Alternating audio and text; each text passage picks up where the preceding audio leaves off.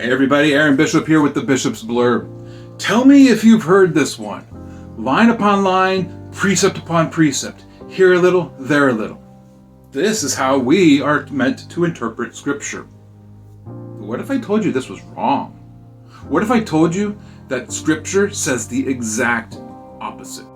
Well, I don't need to tell you. I can show you. Let's turn to Isaiah chapter 28 and let's read through this passage real quick and let's see what it actually has to say.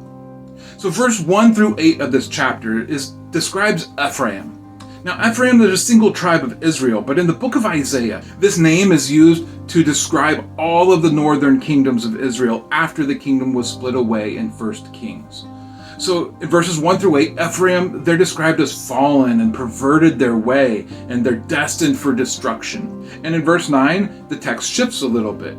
To whom will he teach knowledge, and to whom will he explain the message? Those who are weaned from the milk, those taken from the breast?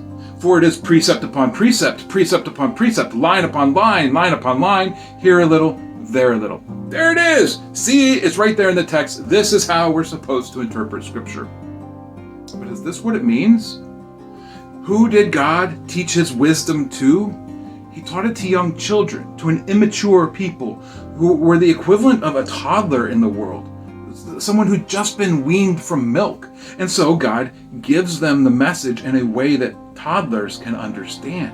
But the passage doesn't stop there. The next two verses, 11 and 12, then describe what the people did with it. For by people of strange lips and with a foreign tongue the Lord will speak to this people, to whom he has said, this is rest, give rest to the weary, and this is repose. Yet they would not hear.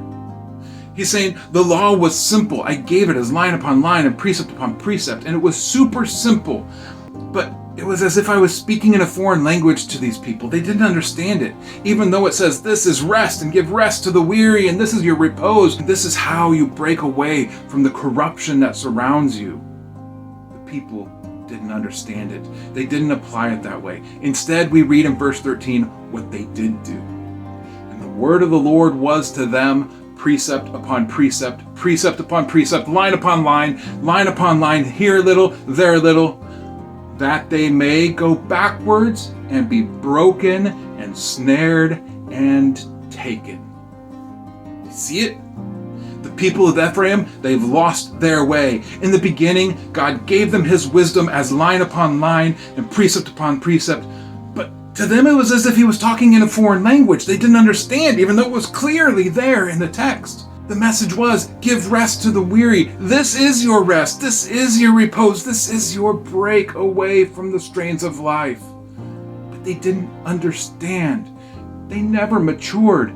They never got the message. Instead, it stayed as it was, and they doubled down on how it was given in the first place. It remained to them line upon line and precept upon precept.